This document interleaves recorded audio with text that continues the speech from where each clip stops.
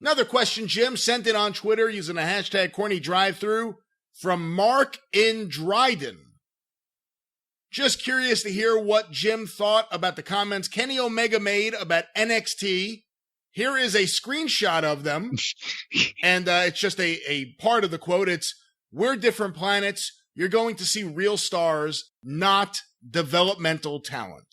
All right, well, and you watched this, and I was going to, but it was on Twitter, and I wanted to see the idiot bury himself, but then I lost it, and I never got it back again, so I didn't watch it. But your takeaway from this, you have told me, is that he was working when he said that the guys in NXT would be in his opening match when he was in the main event. You think he's obviously working when he says this? Yes, that was my takeaway. I thought he was hamming it up in Olivier fashion, and this is part of his new character. That's the way I took it. But is he switching heel? Because I thought he was supposed to be a babyface. I thought everybody, Kenny Olivier is the greatest wrestler in the world, and he's a blah blah blah, and we love him, and he's a babyface. Why would he be knocking other wrestlers?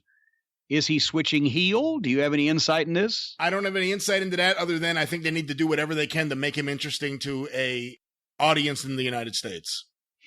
Okay, then here's the problem I also have with this. Besides the fact that it doesn't make any sense for him to say things like that if he's a babyface, and if they're switching heel and you don't really know, then that means they're probably not doing a good job of switching him heel. But he's also publicly a vice president. So would he want to be saying that about guys that whenever they become available, if they ever become available, that they will probably snatch up or need to snatch up as soon as possible in All Elite Wrestling? So does he want to be on record as saying that they're opening match guys when in 6 months or whenever the fuck it might, that any of these guys come available, they will have to sign them by somewhat popular demand? So is that smart? Well, whether he's working or not, what does this do to the NXT locker room when they hear something like this? Well, that just makes him go, this fucking asshole. I'll show him. Because also, once again, NXT has the best athletic talent in the business now that is probably most direct competition for what the audience likes that they're trying to get in All Elite Wrestling. And, they're also going to see through Kenny Olivier's fucking goofy facials and his constant pointing and dramatic gestures and goofy little prancing around the ring.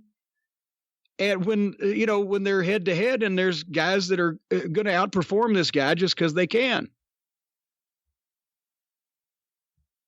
So there you go. All right. Well, let's get, actually, I guess let's wrap up with these questions. I don't know if he even knows what the fuck he's saying or whether he is a babyface or a heel. I think he's probably convinced that once again, he'll step on the stage at the Hammersmith Odeon with cousin Lawrence and the rest of the family and perform his art. I don't think he understands how to fucking... I just hope they could all continue to get along.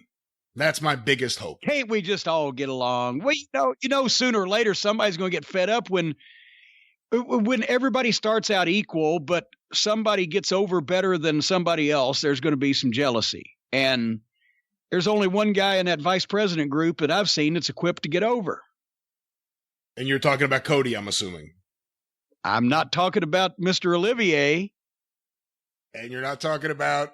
Well, I'm certainly not talking about the grade school kids. The once young bucks, yes. The once young... No, seriously, the one guy's hair is falling out of his head. How long is he going to keep this up? Buck. Yeah. The middle-aged bucks. They got to do a hair match, don't they?